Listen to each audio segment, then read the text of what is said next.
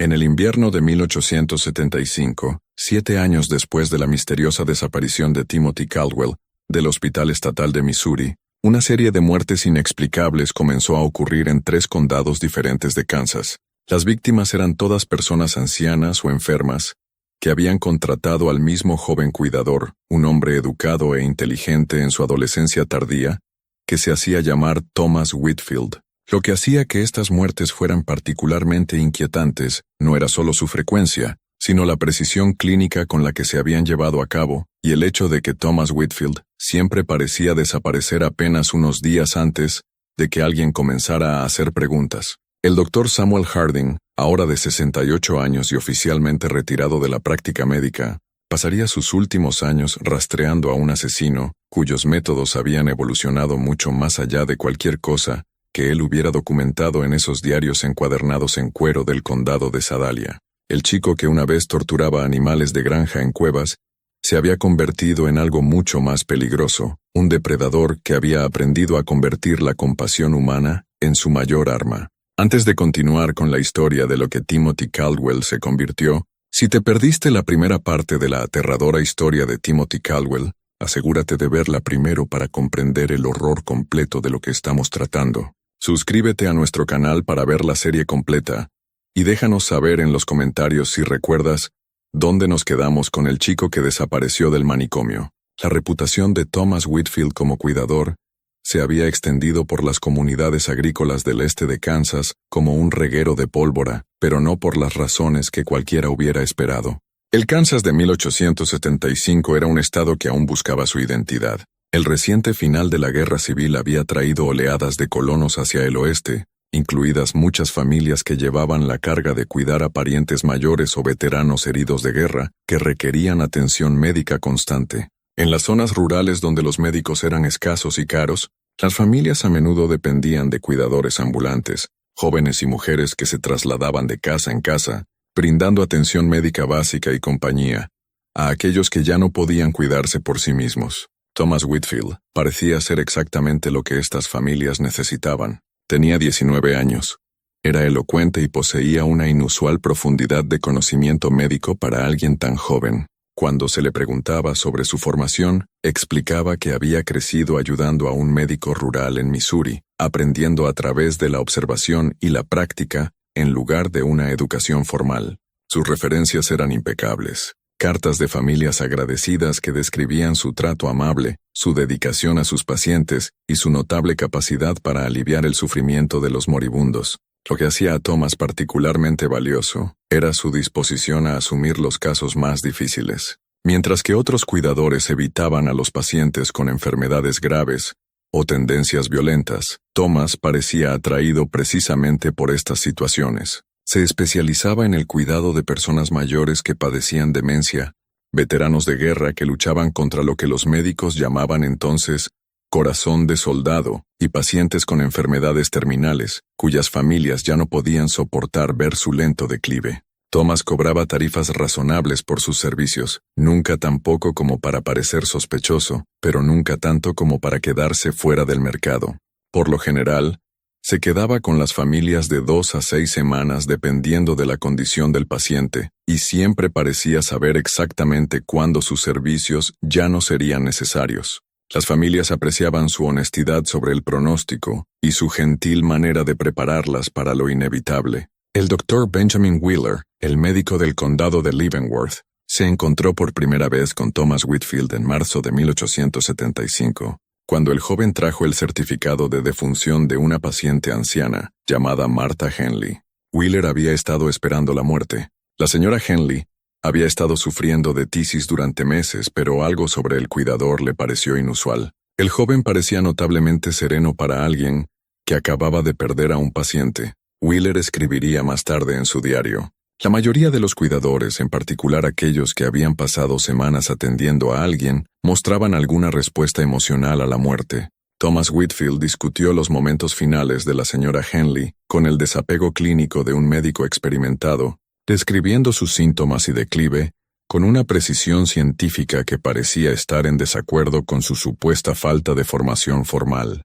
Lo que Wheeler encontró más perturbador fue el aparente interés de Thomas en los detalles del certificado de defunción. El joven hizo preguntas específicas sobre cómo se determinaban las causas de la muerte, qué evidencia se requería para respaldar varios diagnósticos, y cuán a fondo los funcionarios del condado típicamente investigaban las muertes de personas mayores o enfermas. Sentí que no estaba haciendo estas preguntas por curiosidad casual, señaló Wheeler. Había un propósito detrás de sus preguntas, como si estuviera recopilando información para uso futuro. A pesar de su inquietud, Wheeler no pudo encontrar ningún fallo en el cuidado de la señora Henley por parte de Thomas.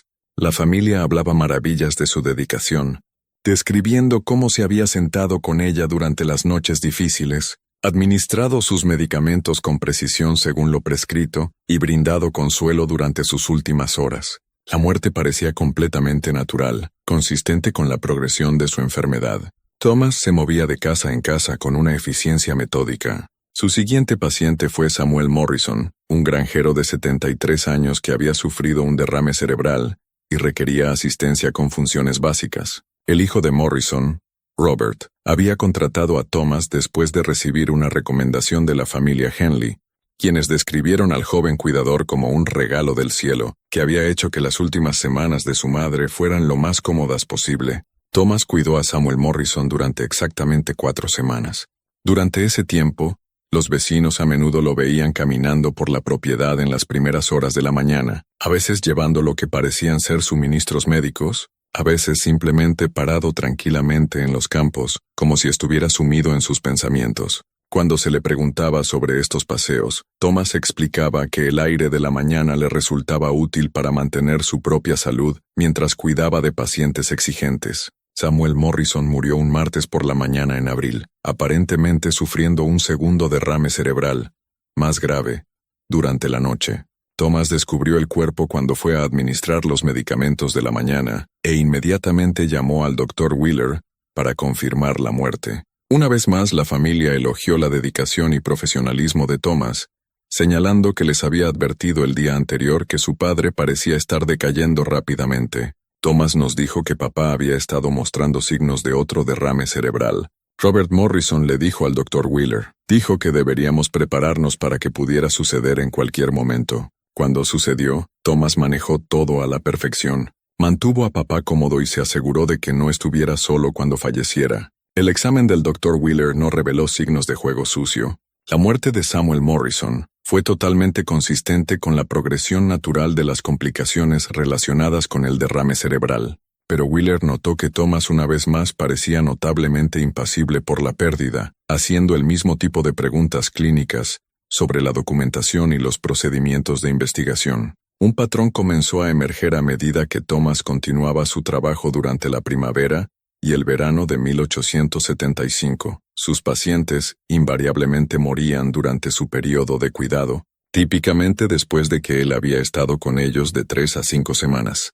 Las muertes siempre parecían naturales,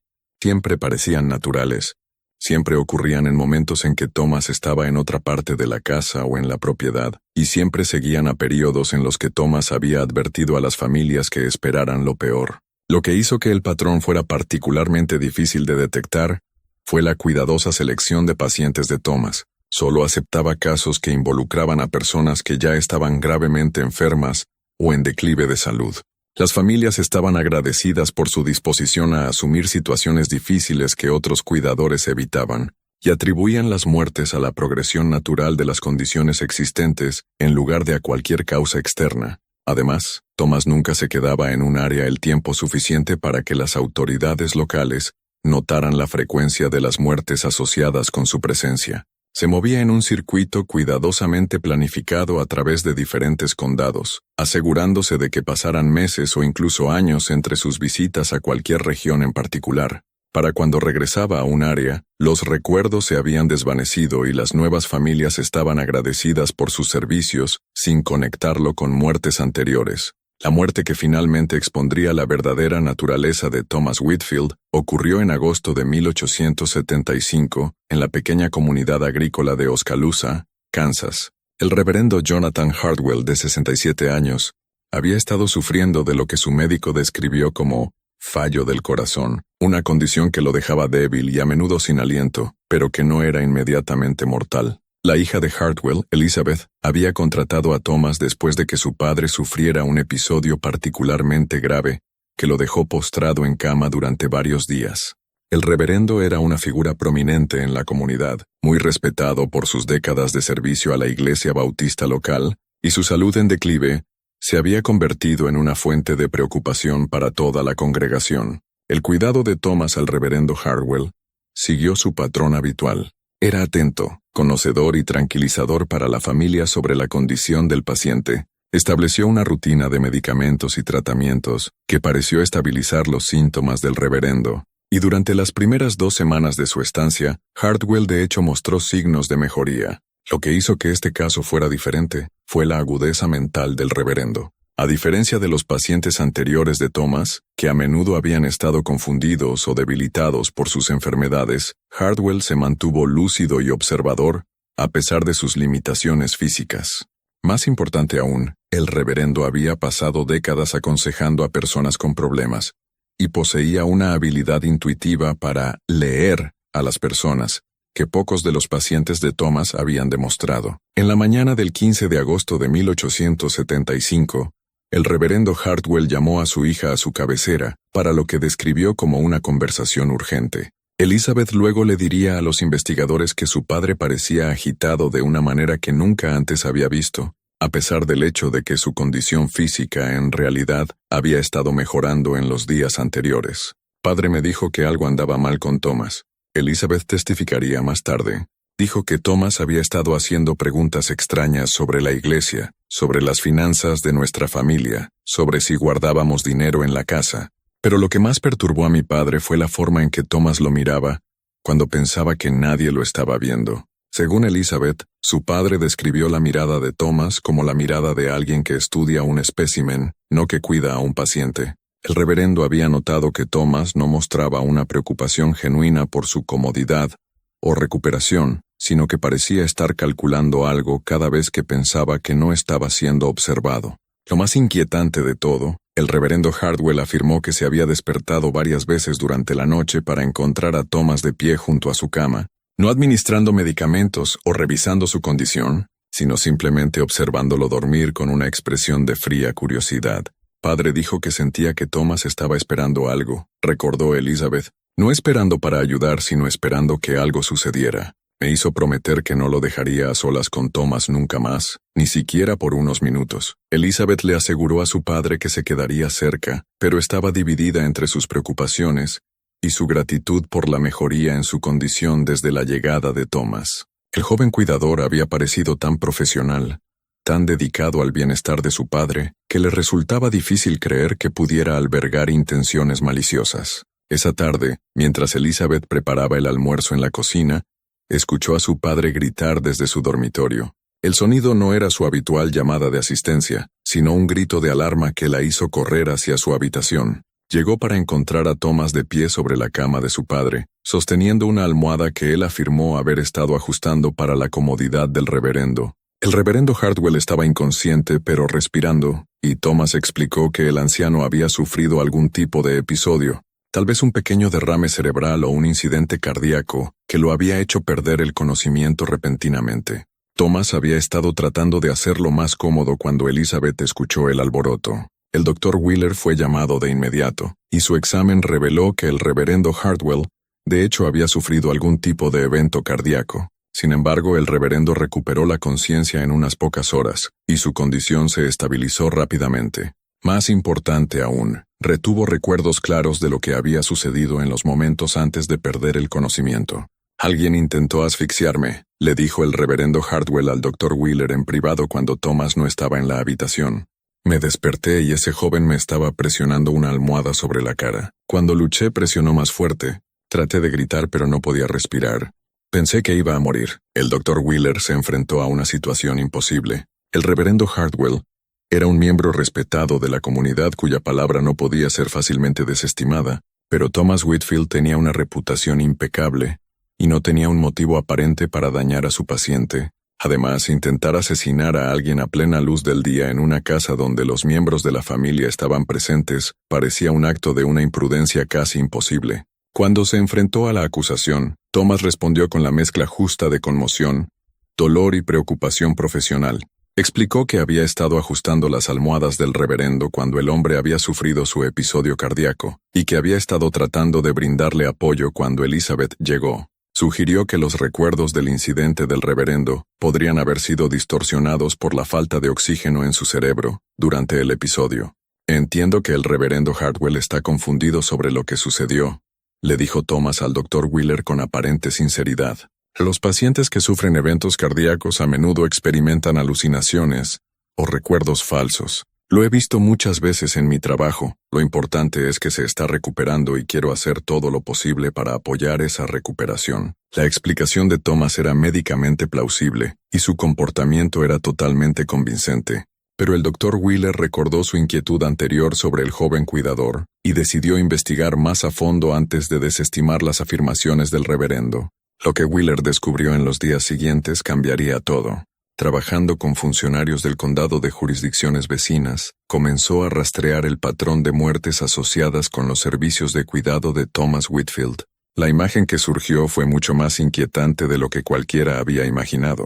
En menos de 6 meses, Thomas había estado presente en la muerte de 17 pacientes en 3 condados. Si bien cada muerte había parecido natural cuando se consideraba individualmente, el patrón acumulativo sugería algo mucho más siniestro. Además, Wheeler descubrió que varias familias habían reportado pequeños robos después de la muerte de sus familiares. Pequeñas cantidades de dinero, joyas u otros objetos de valor que habían desaparecido, pero que se atribuían a la confusión durante el proceso de duelo. Lo más condenatorio de todo, Wheeler encontró evidencia de que Thomas había estado usando referencias falsas para establecer su reputación.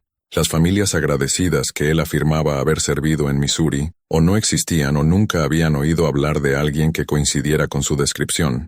Thomas Whitfield había construido toda su identidad sobre mentiras cuidadosamente elaboradas, creando una historia ficticia que le permitía moverse libremente entre poblaciones vulnerables. A medida que la investigación del Dr. Wheeler se profundizaba, comenzó a descubrir conexiones que llegaban mucho más allá de las recientes muertes en Kansas. Trabajando con funcionarios de la ley de estados vecinos, descubrió informes de patrones similares en Missouri, Nebraska y Colorado, siempre involucrando a un joven cuidador cuyos pacientes morían con una frecuencia inusual y que desaparecía antes de que se pudieran hacer preguntas. El avance llegó cuando Wheeler contactó al Dr. Samuel Harding en Missouri, buscando información sobre cualquier joven con formación médica que pudiera haberse mudado a Kansas en los últimos años. La respuesta de Harding llegó por telegrama a las pocas horas de la consulta de Wheeler. Deje de investigar inmediatamente, pare, chico de Sedalia, caso, pare. Extremadamente peligroso, pare.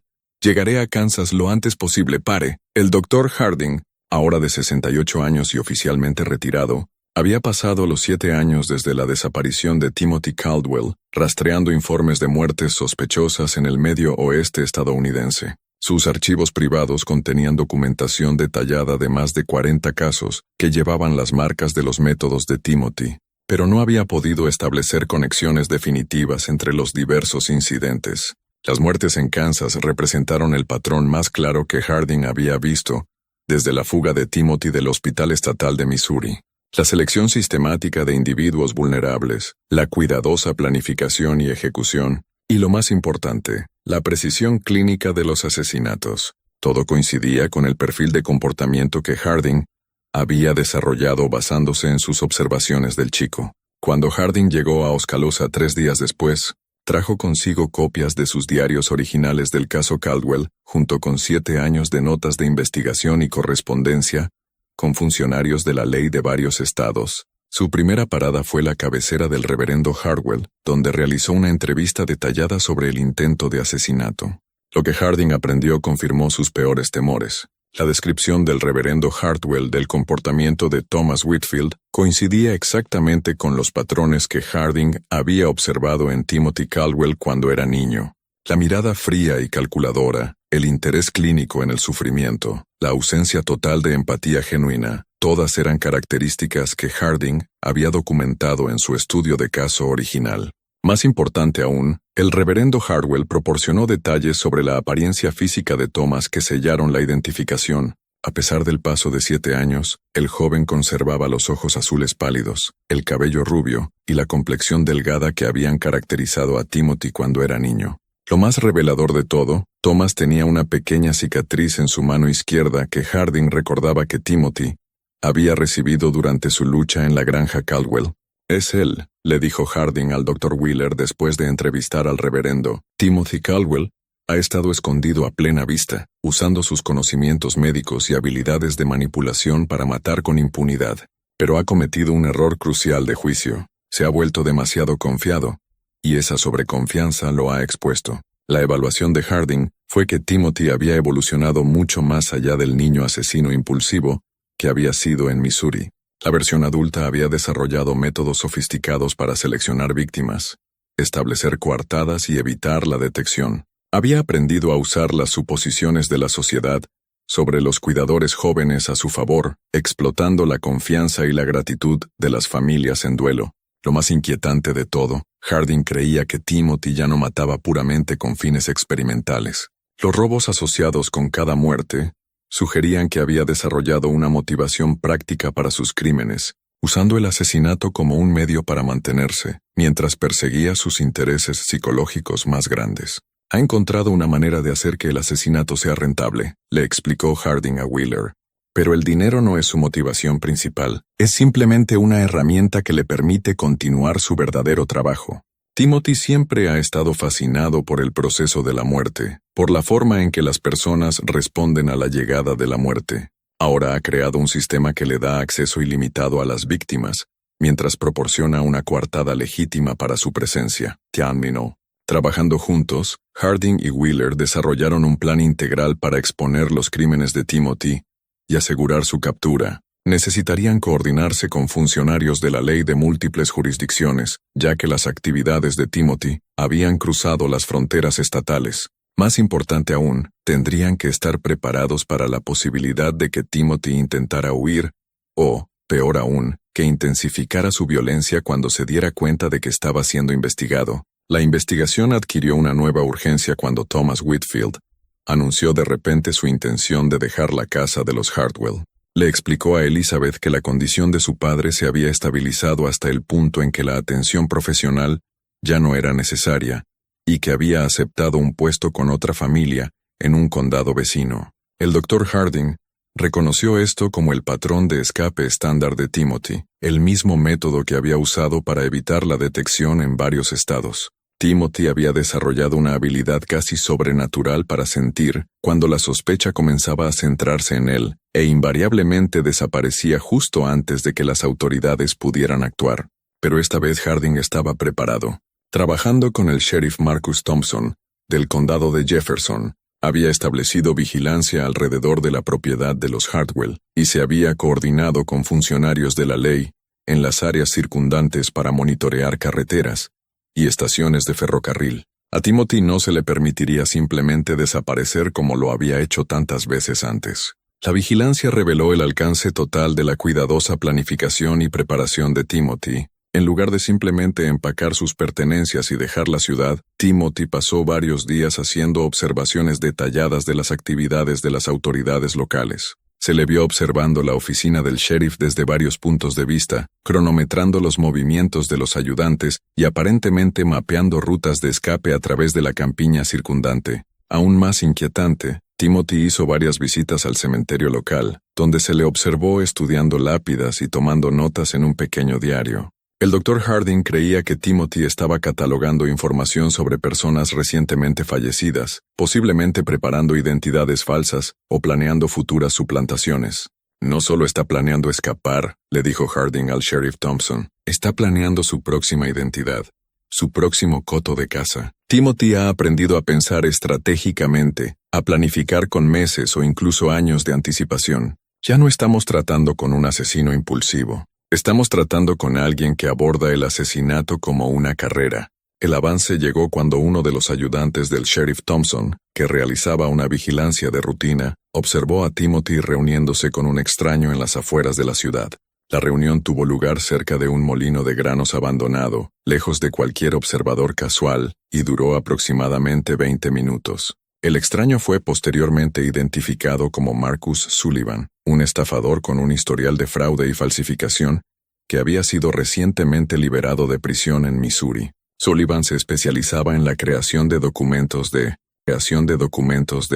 identidad falsos y aparentemente había sido contratado por Timothy para establecer una nueva persona para su próxima área de operaciones. Este descubrimiento proporcionó a los funcionarios de la ley una visión crucial de los métodos de Timothy. En lugar de simplemente moverse de un lugar a otro bajo su identidad falsa existente, Timothy había estado creando sistemáticamente nuevas personas, completas con historias fabricadas y referencias falsificadas. Esto explicaba cómo había sido capaz de mantener su reputación como un cuidador confiable a pesar del patrón de muertes asociado con su trabajo.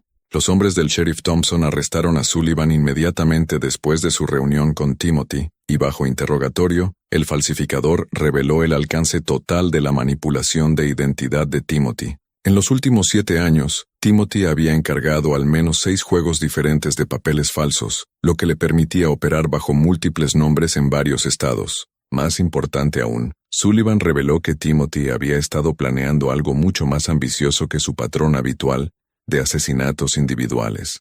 El joven asesino había estado recopilando información sobre familias en todo Kansas y Nebraska, aparentemente preparándose para lo que Sullivan describió como un gran proyecto. Aunque el falsificador afirmó no conocer los detalles específicos de los planes de Timothy, me dijo que estaba cansado de matar a una persona a la vez, testificó Sullivan. Dijo que quería hacer algo que sería recordado, algo que le mostraría al mundo de lo que era realmente capaz. Había estado hablando de encontrar la situación perfecta, la familia perfecta, donde podría realizar lo que él llamaba experimentos completos. Esta revelación provocó escalofríos en todos los involucrados en la investigación. Timothy aparentemente había estado usando sus años de libertad, no solo para seguir matando, sino para desarrollar planes más sofisticados y ambiciosos. Los asesinatos individuales habían sido una práctica, una preparación para algo mucho más grande y devastador. El Dr. Harding sospechaba que el gran proyecto de Timothy implicaba encontrar una manera de matar a varias personas mientras se mantenía la apariencia de muertes naturales. Dados los conocimientos médicos de Timothy y sus años de experiencia manipulando a familias en duelo, podría estar planeando atacar a una casa entera o incluso a una comunidad más grande. Timothy siempre ha sido impulsado por la curiosidad intelectual sobre la muerte y el comportamiento humano, explicó Harding a los funcionarios de la ley reunidos. Cuando era niño, mataba para satisfacer esa curiosidad a pequeña escala. Como adulto, su apetito ha crecido.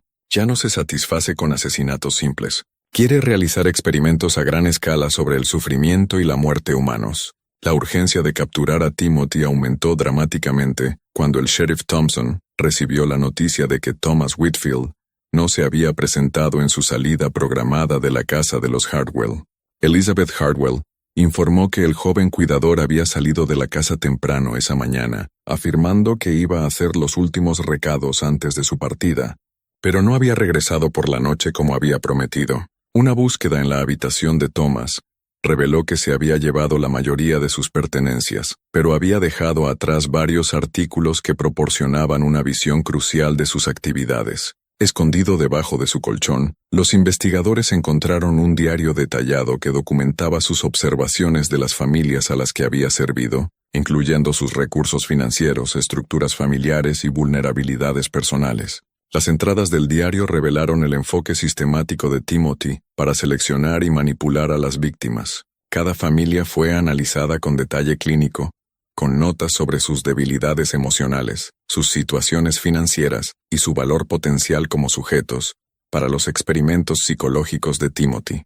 Lo más inquietante de todo, el diario contenía planes detallados para lo que Timothy describió como el proyecto de culminación, un estudio exhaustivo que involucraba la eliminación sistemática de una familia entera, durante un periodo prolongado diseñado para probar sus teorías sobre el duelo, la desesperación y los instintos de supervivencia humana. El descubrimiento del diario de Timothy provocó una cacería humana inmediata que involucró a funcionarios de la ley de 3 estados. Basándose en las notas de planificación detalladas encontradas en su habitación, Los investigadores creyeron que Timothy se dirigía a Nebraska, donde aparentemente había identificado a una familia de granjeros adinerada como posibles objetivos para su proyecto de culminación. El Dr. Harding estudió las notas de Timothy con un horror creciente, reconociendo la evolución de la mentalidad experimental original del chico en algo mucho más sofisticado y mortal. Timothy había pasado años perfeccionando su capacidad para manipular las emociones humanas y explotar las relaciones familiares, y ahora planeaba usar esas habilidades a una escala sin precedentes.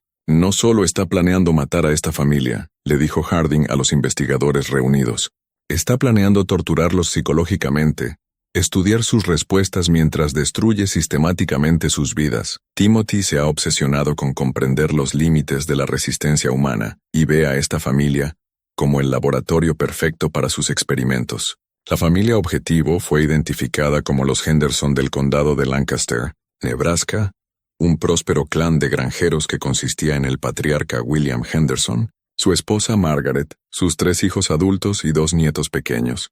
Las notas de Timothy indicaban que se había estado carteando con la familia durante varias semanas, presentándose como un cuidador experimentado disponible para ayudar con la salud en declive de William Henderson. Lo que hizo que la familia Henderson fuera particularmente vulnerable fue su aislamiento. Su granja estaba ubicada a varias millas de los vecinos más cercanos, y el orgullo de William Henderson le había impedido buscar ayuda para sus crecientes limitaciones físicas, hasta que su condición se había vuelto desesperada. La familia estaba agradecida por la oferta de asistencia de Thomas Whitfield y no tenía motivos para sospechar que estaban invitando a un asesino a su casa. El sheriff Thompson envió inmediatamente telegramas a los funcionarios de la ley en Nebraska, pero las distancias involucradas y las limitaciones de la tecnología de comunicación de 1875 significaban que las advertencias podrían no llegar al condado de Lancaster a tiempo para evitar que Timothy llegara a la granja de los Henderson. El Dr. Harding tomó la decisión de viajar a Nebraska él mismo,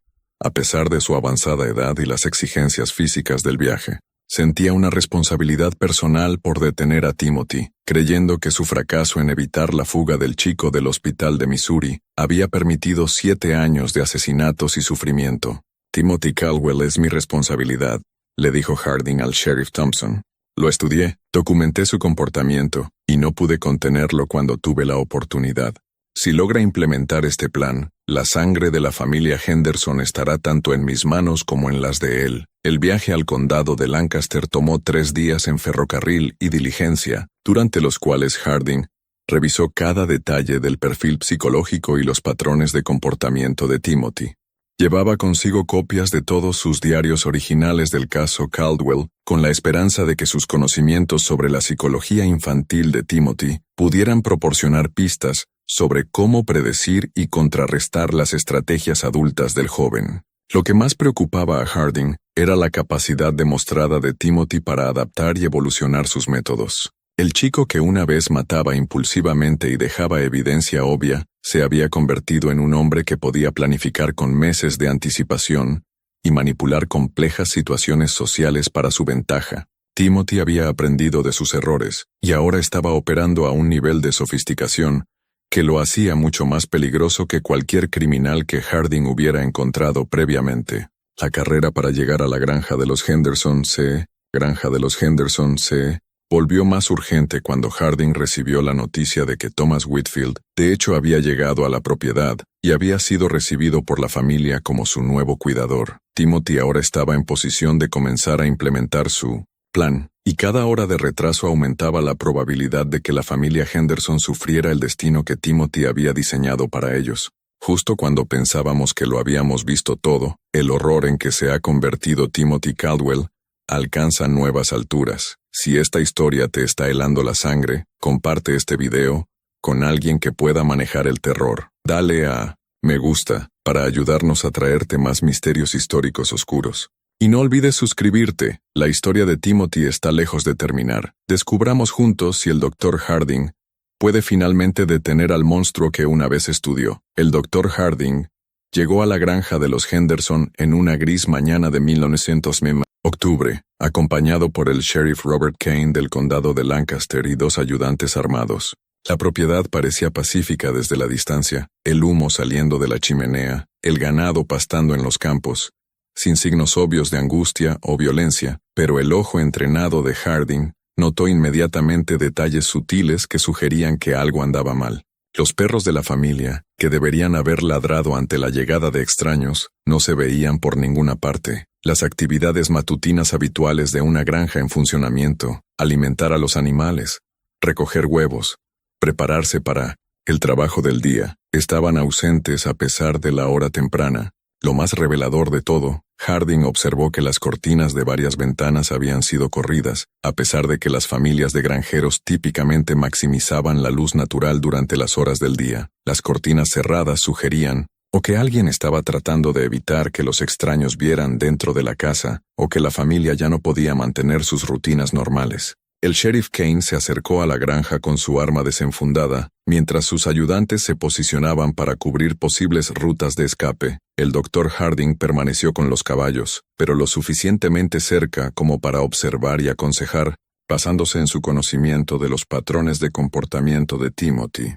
La primera señal de peligro inmediato llegó cuando el sheriff Kane llamó a la puerta principal y no recibió respuesta. A pesar de la clara evidencia de que había gente dentro de la casa, el humo continuaba saliendo de la chimenea, y los investigadores podían escuchar el débil sonido de movimiento desde el interior, pero nadie se acercó a la puerta ni reconoció su presencia. Cuando Kane intentó el picaporte lo encontró sin llave, algo inusual para una familia de granjeros que típicamente aseguraría su casa, especialmente con un extraño alojado en la propiedad. La puerta sin llave sugería, o que la familia ya no podía tomar precauciones de seguridad básicas, o que Timothy quería facilitar el acceso fácil por sus propias razones. Kane entró en la casa con extrema precaución, llamando para anunciar su presencia y autoridad. La respuesta que recibió heló a todos los presentes. Una voz débil desde algún lugar profundo de la casa pidió ayuda, seguida inmediatamente por el sonido de una puerta que se cerraba de golpe y pasos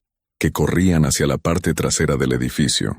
La escena que recibió al sheriff Kane en la sala principal de la granja fue de un horror cuidadosamente orquestado. William Henderson estaba atado a una silla cerca de la chimenea, consciente pero obviamente debilitado por lo que parecían ser días de abuso. Su esposa Margaret yacía en un sofá cercano, respirando pero sin responder, aparentemente drogada hasta la inconsciencia. Lo más inquietante de todo, la habitación había sido organizada como un macabro laboratorio. Las mesas y las sillas habían sido reposicionadas para crear líneas de visión claras entre diferentes áreas. Cuadernos e instrumentos médicos estaban dispuestos con precisión científica, y las paredes estaban cubiertas con gráficos detallados que rastreaban lo que parecían ser las respuestas físicas y emocionales de los miembros de la familia a diversas formas de estrés y sufrimiento. Timothy había estado realizando el experimento completo, descrito en su diario, utilizando a la familia Henderson como sujetos en un estudio extendido de resistencia humana y colapso psicológico. Basándose en la evidencia en la habitación, el experimento había estado en marcha durante al menos una semana, durante la cual Timothy había torturado y manipulado sistemáticamente a cada miembro de la familia, mientras documentaba sus respuestas. William Henderson, apenas capaz de hablar a través de su agotamiento físico y trauma emocional, logró transmitir que Timothy había aislado a cada miembro de la familia en diferentes partes de la casa, controlando su acceso a alimentos, agua y contacto entre ellos. La tortura psicológica había sido tan metódica como el abuso físico, con Timothy alternando entre una aparente amabilidad y una crueldad calculada para maximizar la confusión y la desesperación. Nos dijo que era por la ciencia, susurró Henderson al sheriff Kane. Dijo que estaba estudiando cómo las familias se desmoronan bajo presión, cómo las personas eligen entre salvarse a sí mismas y salvar a los demás. Nos hizo mirar, nos hizo elegir. Antes de que Henderson pudiera dar más detalles, el sonido de disparos estalló desde la parte trasera de la casa, seguido por gritos de los ayudantes que habían estado cubriendo las salidas traseras. Timothy aparentemente había intentado huir por una ventana trasera y se había enfrentado a los agentes de la ley. El Dr. Harding corrió hacia el sonido del alboroto, llegando justo a tiempo para ver a Timothy Caldwell, ahora un joven alto y delgado de 19 años, de pie en el patio de la granja con las manos levantadas en aparente rendición. pero Harding reconoció la pose como otro de los engaños calculados de Timothy, diseñados para crear un momento de reducida vigilancia que él podría explotar. No confíen en él, le gritó Harding a los ayudantes. Está planeando algo. La respuesta de Timothy fue sonreír, la misma expresión de satisfacción fría y genuina que Harding recordaba de sus enfrentamientos 8 años antes. A pesar del paso del tiempo y los cambios físicos de la adolescencia, esa sonrisa seguía siendo exactamente la misma, una ventana a una mente que encontraba un placer genuino en el sufrimiento de los demás. Dr. Samuel Harding, dijo Timothy, su voz con la cadencia educada de un adulto, pero conservando el mismo desapego clínico que había caracterizado su habla de niño. Me preguntaba cuándo me encontraría. En realidad, esperaba que me encontrara. Hay algunas preguntas que he estado queriendo hacerle. La conversación que siguió atormentaría al Dr. Harding por el resto de su vida. Timothy habló de sus años de libertad, como si describiera un proyecto de investigación, explicando cómo había usado su tiempo para refinar su comprensión de la psicología humana y perfeccionar sus métodos de manipulación y asesinato. Tenía razón sobre mí, ¿sabe?, dijo Timothy de manera conversacional, como si discutiera el clima en lugar de múltiples homicidios. Nunca me iba a volver normal. Nunca iba a desarrollar empatía o conciencia, pero se equivocó en una cosa. Pensó que yo estaba roto, defectuoso. No estoy roto, Dr. Harding. Estoy evolucionado. Soy en lo que se convierten los humanos cuando se eliminan las debilidades que detienen a la mayoría de la gente. Timothy continuó describiendo su carrera, como cuidador en términos que dejaban claro que veía a sus víctimas, no como seres humanos, sino como sujetos de investigación. Había pasado 7 años realizando lo que él consideraba el estudio más completo de la muerte y el sufrimiento humanos jamás emprendido, acumulando conocimientos que él creía que revolucionarían la comprensión de la psicología humana. La familia Henderson ha sido mi obra maestra, continuó Timothy, con los ojos brillando con la misma excitación intelectual que el Dr. Harding recordaba de sus sesiones en el hospital de Missouri. He podido estudiar una unidad familiar entera, bajo condiciones controladas, documentando cómo el miedo y el dolor afectan las relaciones familiares, cómo las personas eligen entre la autoconservación y la protección de sus seres queridos. El Dr. Harding se dio cuenta de que Timothy no se estaba rindiendo, estaba alardeando. El joven no tenía la intención de ser capturado vivo, pero quería compartir sus descubrimientos con la única persona que podría apreciar su significado científico. Timothy veía su reencuentro como una oportunidad para presentar los resultados de su investigación a su compañero de estudio original. Tengo diarios, Dr. Harding, dijo Timothy. Documentación detallada de 43 muertes con un análisis exhaustivo de la psicología de la víctima, la dinámica familiar y las respuestas de la comunidad. Es el estudio más completo de la mortalidad humana jamás compilado. ¿No tiene curiosidad por ver lo que he aprendido? La tentación era real. A pesar de su horror por los crímenes de Timothy, la formación científica del Dr. Harding lo hacía genuinamente curioso acerca de los conocimientos que podrían estar contenidos en esos diarios.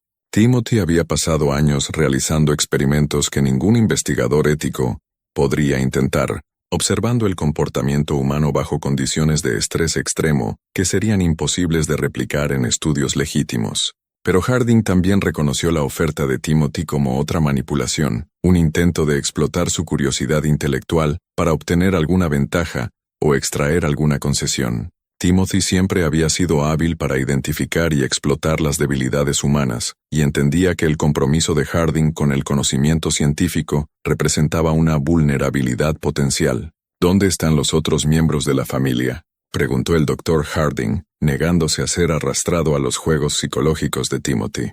La sonrisa de Timothy se ensanchó. Eso es parte del experimento, Dr. Harding. Están a salvo por ahora, pero su seguridad continua depende de las decisiones que se tomen en los próximos minutos. He creado una situación en la que tiene que elegir entre capturarme y salvarlos. ¿Qué es más importante para usted, la justicia o la misericordia? El enfrentamiento que siguió reveló el alcance total de la planificación y preparación de Timothy. No se había estado escondiendo simplemente en la granja de los Henderson. Había estado usando la propiedad como base para una trampa elaborada diseñada para capturar al Dr. Harding y a cualquiera que pudiera amenazar su libertad. En toda la granja y los edificios circundantes, Timothy había posicionado a los miembros de la familia desaparecidos, los hijos y nietos de los Henderson, en escenarios cuidadosamente preparados que requerirían un rescate inmediato si querían sobrevivir. Cada miembro de la familia estaba en un lugar diferente, enfrentando un tipo diferente de peligro mortal, que empeoraría con el tiempo si no se abordaba de inmediato. El hijo mayor de los Henderson, James, estaba atrapado en el granero, que Timothy había manipulado para que se derrumbara si se perturbaba de manera incorrecta. La hija, Mary, estaba encerrada en la bodega con una lenta fuga de gas de una linterna dañada. Los dos nietos pequeños estaban en la casa del pozo, donde Timothy había dañado los soportes estructurales y los mecanismos de inundación para crear una situación que se deterioraba gradualmente. Saroin, vea la belleza del diseño, le explicó Timothy al Dr. Harding con obvio orgullo. Cada intento de rescate crea una presión de tiempo que impide centrarse en los demás, e intentar capturarme significa abandonarlos a todos a su suerte. Es una prueba perfecta de la toma de decisiones humana bajo presión. El sheriff Kane envió inmediatamente a sus ayudantes para comenzar las operaciones de rescate, pero Timothy había calculado correctamente. Cada situación requería una atención cuidadosa y conocimientos especializados para resolverse de manera segura. Acelerar cualquiera de los rescates probablemente resultaría en bajas adicionales, pero retrasar significaba permitir que las condiciones empeoraran. El Dr. Harding se encontró enfrentando el mismo tipo de elección imposible que Timothy había estado forzando a sus víctimas durante años. Como médico, su instinto era priorizar salvar vidas. Como ciudadano, sabía que permitir que Timothy escapara significaría condenar a futuras víctimas a sufrir el mismo destino que la familia Henderson. ¿Este es su experimento final, no es así?, preguntó el Dr. Harding. No está tratando de escapar, está tratando de probar algo sobre la naturaleza humana. Timothy asintió con aprecio. Sabía que lo entendería eventualmente. Sí, este es mi estudio culminante. Quiero documentar cómo responde la sociedad cuando se ve obligada a elegir entre la justicia y la misericordia, entre el castigo y la prevención del sufrimiento inmediato. La familia Henderson ha sido excelentes sujetos, pero usted, Dr. Harding, es el verdadero premio. ¿Qué sucede después de que su experimento se complete? Eso depende de los resultados, respondió Timothy. Si estoy satisfecho con los datos que recopilo hoy, podría estar listo para pasar a la siguiente fase de mi investigación. He estado considerando diversificarme de estudios individuales y familiares a experimentos sociales más grandes. Imagine lo que podríamos aprender de estudiar una comunidad entera bajo condiciones de estrés controladas. Las implicaciones de la declaración de Timothy eran aterradoras. Aparentemente, había estado planeando escalar de asesinar a individuos y familias a orquestar bajas masivas, usando pueblos o regiones enteras como laboratorios para sus experimentos psicológicos. Pero el Dr. Harding también detectó algo en el comportamiento de Timothy que le dio esperanza. A pesar de su aparente confianza y cuidadosa planificación, Timothy parecía estar buscando validación para su trabajo, de una manera que sugería incertidumbre sobre sus próximos pasos. El joven, que una vez había estado supremamente seguro de sí mismo, ahora buscaba la aprobación de la figura de autoridad que originalmente lo había estudiado. Su investigación ha sido impresionante, dijo el Dr. Harding con cuidado. Pero está incompleta. Ha estudiado la muerte y el sufrimiento, pero nunca ha estudiado la redención o la recuperación. No entiende el espectro completo de la experiencia humana. La expresión de Timothy cambió ligeramente, mostrando la primera grieta en su fachada controlada. La redención es una ilusión creada por mentes débiles para evitar confrontar duras realidades, dijo. Pero había una nota de defensiva en su voz que no había estado presente antes. Lo es. Ha pasado 7 años huyendo de las consecuencias de sus acciones. Si fuera verdaderamente tan evolucionado como afirma, ¿no sería capaz de enfrentar esas consecuencias directamente? El Dr. Harding estaba asumiendo un riesgo enorme al desafiar la autopercepción de Timothy, pero sintió que la necesidad del joven de validación intelectual podría ser más fuerte que su compromiso de escapar. Timothy siempre había anhelado el reconocimiento por su inteligencia y perspicacia, y ese anhelo podría proporcionar la influencia necesaria para resolver la situación. El duelo psicológico que siguió duró casi 1 hora, durante la cual los ayudantes del sheriff Kane trabajaron frenéticamente para rescatar a los miembros de la familia en peligro. El Dr. Harding usó cada técnica que había aprendido al estudiar la psicología de Timothy para mantener al joven involucrado en la conversación mientras las operaciones de rescate continuaban. Gradualmente surgió una imagen más clara de lo que Timothy se había convertido durante sus años de libertad. De hecho, había evolucionado mucho más allá del niño asesino impulsivo que había sido en Missouri. Pero esa evolución había tenido un costo. La supresión sistemática de las emociones humanas normales lo había dejado cada vez más aislado y desesperado por la conexión, incluso si esa conexión solo podía venir a través del terror que infligía a los demás. Está solo, se dio cuenta el Dr. Harding, todos estos años estudiando a otras personas pero nunca permitiéndose realmente conectarse con nadie. Se ha convertido en un depredador perfecto, pero los depredadores perfectos también están perfectamente solos.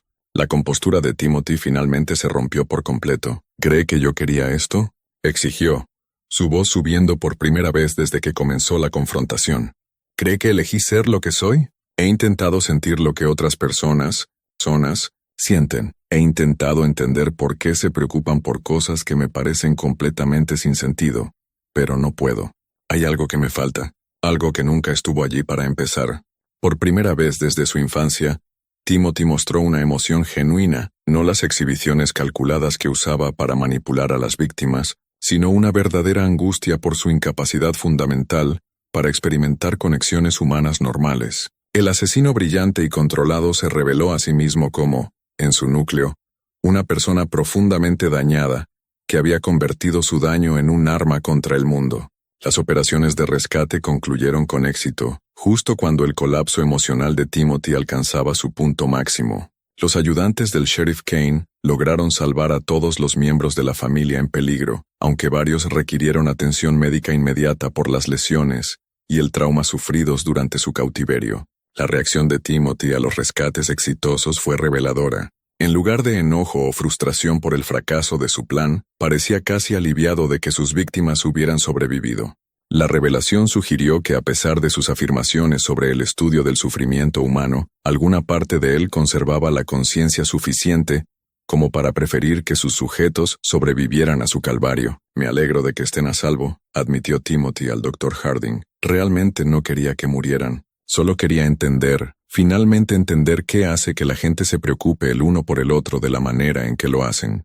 La captura de Timothy Caldwell ocupó los titulares en todo el Medio Oeste, pero los procedimientos legales que siguieron se complicaron por los mismos problemas que habían plagado su caso cuando era niño. La naturaleza sistemática de sus crímenes era innegable, pero su juventud en el momento de muchos de los asesinatos, combinada con preguntas sobre su competencia mental, creó desafíos sin precedentes para los fiscales. El Dr. Harding testificó extensamente sobre el desarrollo psicológico de Timothy, proporcionando documentación detallada de la evolución del joven de niño perturbado a asesino sofisticado. Su testimonio ayudó a establecer algunos de los primeros marcos legales para comprender y procesar casos que involucran el trastorno de personalidad antisocial. El propio Timothy demostró ser un acusado cooperativo, aparentemente viendo el juicio como otra oportunidad para compartir sus hallazgos de investigación con una audiencia más amplia. Testificó sobre sus métodos y motivaciones, con el mismo desapego clínico que siempre había mostrado, proporcionando conocimientos sobre la psicología criminal que influirían en la aplicación de la ley y los profesionales médicos durante décadas. El veredicto fue cadena perpetua sin posibilidad de libertad condicional, con la estipulación de que Timothy sería recluido en una instalación especialmente diseñada, que pudiera acomodar tanto su naturaleza peligrosa como su valor como sujeto para la investigación psicológica legítima. El Dr. Harding visitó a Timothy regularmente durante el primer año de su encarcelamiento, realizando entrevistas formales que se publicaron como parte de una investigación innovadora sobre la naturaleza de la psicopatía. Estas sesiones revelaron que la capacidad de Timothy para la manipulación y la violencia se mantuvo intacta, pero que su necesidad desesperada de conexión intelectual lo convertía en una valiosa fuente de información sobre la psicología criminal. Representa algo que la ciencia médica apenas está comenzando a comprender, escribió el Dr. Harding en su informe final sobre el caso. Timothy Caldwell no es malvado en el sentido sobrenatural. Es el producto de un tipo específico de desarrollo neurológico que crea inteligencia sin empatía, curiosidad sin conciencia. Comprender a individuos como Timothy puede ser la clave para prevenir futuras tragedias. La familia Henderson finalmente se recuperó de su calvario, aunque las cicatrices psicológicas permanecieron durante años.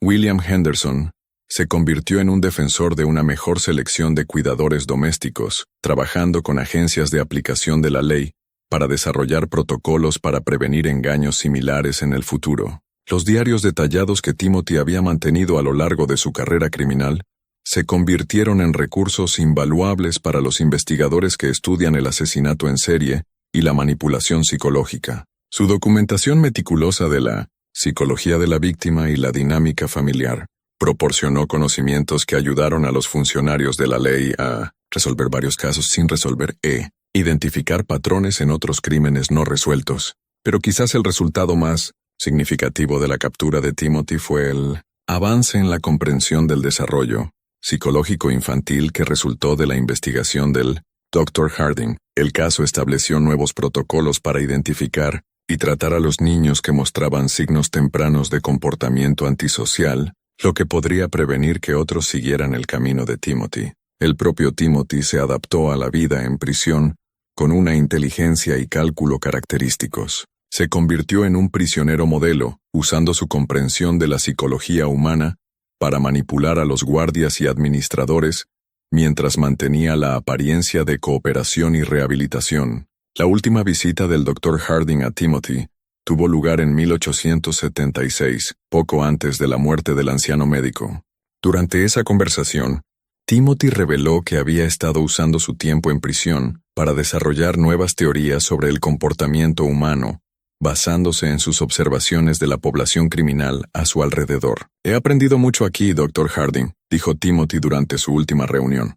«La prisión es como un laboratorio donde todos los sujetos ya han sido clasificados, según sus defectos psicológicos. Estoy desarrollando una comprensión exhaustiva de la motivación criminal que va mucho más allá de cualquier cosa que aprendí al matar a víctimas individuales».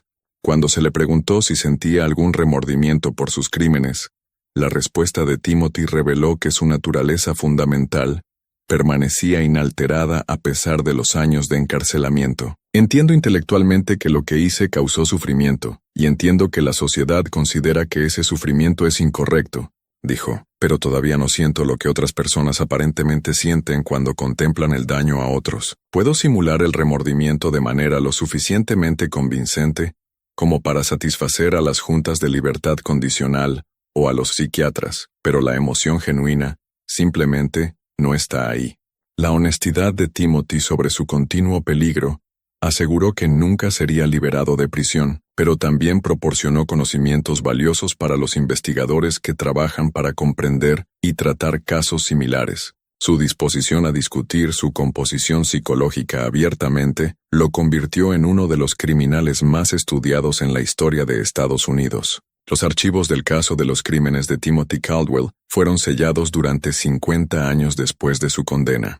Pero cuando finalmente se abrieron a los investigadores en la década de 1920, proporcionaron material fundamental para el campo emergente de la psicología criminal. La documentación detallada de Timothy de sus propios procesos de pensamiento y métodos se convirtió en lectura obligatoria para los perfiles del FBI y los psiquiatras forenses. El Dr. Harding murió en 1877, un año después de la condena de Timothy, habiendo finalmente logrado su objetivo de detener al asesino que había encontrado por primera vez como un niño perturbado en la zona rural de Missouri. Su última entrada en el diario, escrita solo unos días antes de su muerte, reflexionaba sobre las implicaciones más amplias del caso Timothy Caldwell.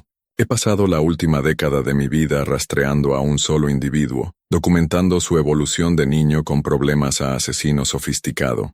Esa búsqueda me ha enseñado más sobre la naturaleza del mal que 40 años de práctica médica convencional. Timothy Caldwell representa tanto una aberración única como una ventana a las posibilidades más oscuras del desarrollo humano. Comprenderlo ha sido el trabajo más importante de mi carrera, pero ruego que las generaciones futuras nunca se encuentren con otro individuo tan parecido a él». Timothy Caldwell permaneció en prisión hasta su muerte en 1923, a la edad de 67 años. Durante sus 47 años de encarcelamiento, continuó sirviendo como sujeto para la investigación psicológica mientras desarrollaba teorías cada vez más sofisticadas sobre el comportamiento humano y la motivación criminal.